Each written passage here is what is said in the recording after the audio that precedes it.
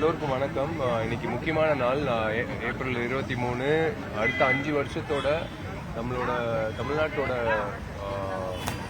வாழ்வாதாரம், நம்மளோட தமிழ்நாட்டை எப்படி செல்ல போகுது அப்படின்ற ஒரு விஷயத்துக்கு இன்னைக்கு ஒரு முக்கியமான நாள். எல்லாரும் வாக்குப்பதிவு பண்ண வேண்டிய ஒரு நாள். இன்னைக்கு நான் என்னோட ஓட்டு நான் போட்டேன். கண்டிப்பா இப்போ வரைக்கும் 59%, 60% வந்திருக்குன்னு சொன்னாங்க. ஒரு மணி வரைக்கும் 70%. பெரிய விஷயம். 3 மணி வரைக்கும் 70%னா லுக்கிங் ஃபார்வர்ட். ஏன்னா 80 தாண்டிடுச்சு கேரளா மாநிலம், எல்லா மாநிலமும்.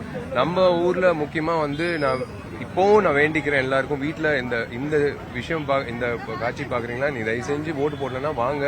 வெயில் அடிச்சாலும் சரி, லைனு அதிகமா இருந்தாலும் சரி, போலீஸ் எல்லாம் நல்ல செக்யூரிட்டி பண்ணியிருக்காங்க. நீங்க ஓட்டு பதிவு பண்ணிடுங்க தயவு செஞ்சு.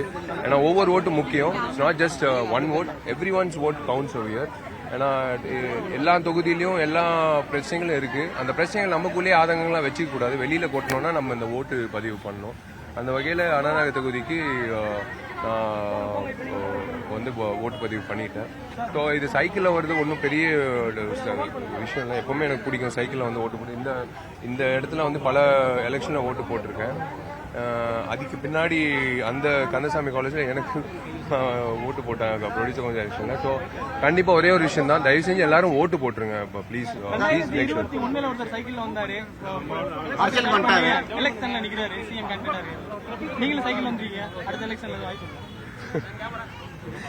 இல்லைங்க, அதான் சொல்றேனே, லெட் அரசியல்வாதிகள் அவங்க வேலை பண்ணாங்கன்னா நடிகர்களா இருப்போம்.